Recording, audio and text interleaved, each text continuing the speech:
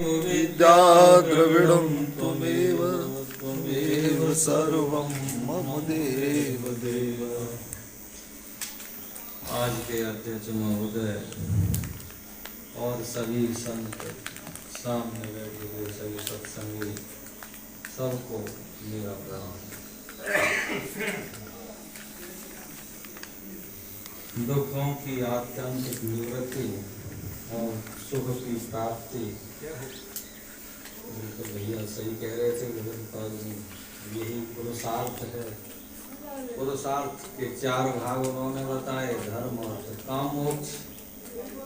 धर्म और ये जामे दो प्रारब्धाधीन है और दो जो है अपने कर्तव्य कर्म में आते हैं। मनुष्य को यहाँ आकर के धर्म ही उसके हाथ है।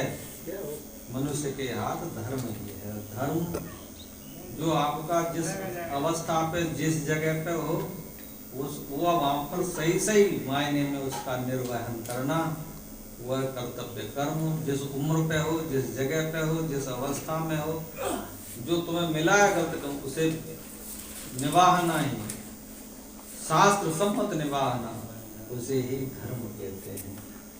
तो धर्म ये जो है मनुष्य के हाथ में, इसको जीवन जो मनुष्य मिला है वो मिला ही इसलिए है कि आप धर्म करो। धर्म से छुटकारा, धर्म से मतलब हटना नहीं चाहिए। और मुक्ति की कामना कर सकते हो, इच्छा हो तो मुक्ति भी हो, यह तुम्हारे हाथ में है। और जो तुम्हारे हाथ में नहीं है तो उसके लिए हम जीवन भर दौड़ लगाते हैं। अर्थ के लिए और कामनाएं अनंत विषयाशक्ति कही गई है। इन वासनाओं के कारण तमाम स्फुरणाएं उठती रहती हैं, इतनी इच्छाएं उठती हैं, अनंत इच्छाएं, पूरा होना असंभव है। कुछ जो पूरी हो जाती है प्रारब्ध के अनुसार, उन्हें हम समझते हैं कि ये मैंने प्राप्त कर लिया। ये कर्तव्याभिमान झूठा, आगे का बंधन और हो जाता है। जब मिलता वो प्रारब्ध से है और इसे हम समझते पुरुषार्थ से है। पुरुषार्थ मनुष्य जीवन में बस इतना ही है कि धर्म करो, जिस प्रकार कर पाओ, जितना कर पाओ उतना धर्म ही करो। धर्म का सबसे बड़ा मूल जो है सेवा भाव है।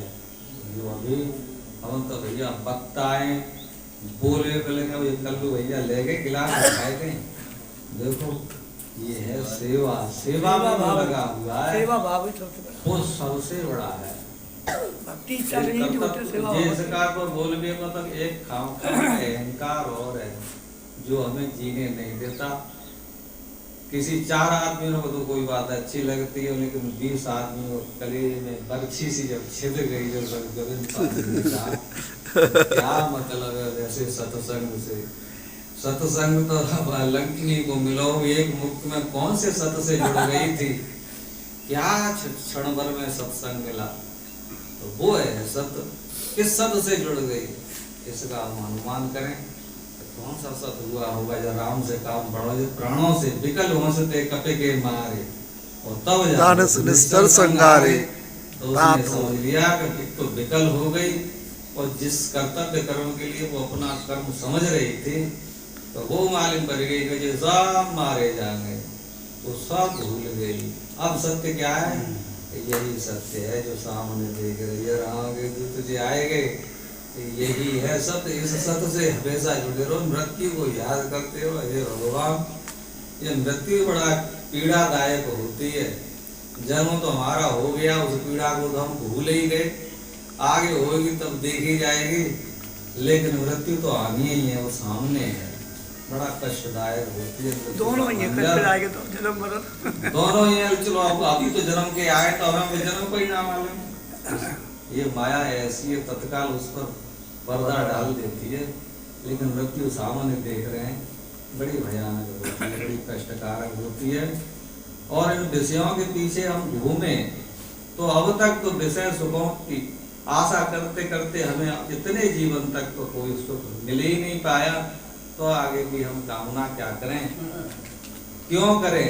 क्योंकि संत और शास्त्र बार बार इसी बात को कहते, तो इतना तो अनुभव हो ही गया कि यदि संसार सुख रूप होता, इसमें सुख होता तो मिलता, और नहीं मिला तो सुख रूप नहीं है, संसार सुख रूप ही है। कबीरा यह संसार जैसे श्यामर भूल, कैसे कहा है कबीरदास जी ने कहा है, जैसे श्यामर भूल और दिन दस के व्यवहार को तू झूठे रंगन भूल। थोड़े से समय के लिए इस जीवन में झूठे रंगों में जो नासवा नहीं है, वेदांत तो इनको केवल प्रतीति मात्र ही कहता है कि है ही नहीं, कल्पित हैं, प्रतीति मात्र हैं। लेकिन हमें लगता है चलो ठीक है, तो फिर हम धर्म करें, सेवा करें।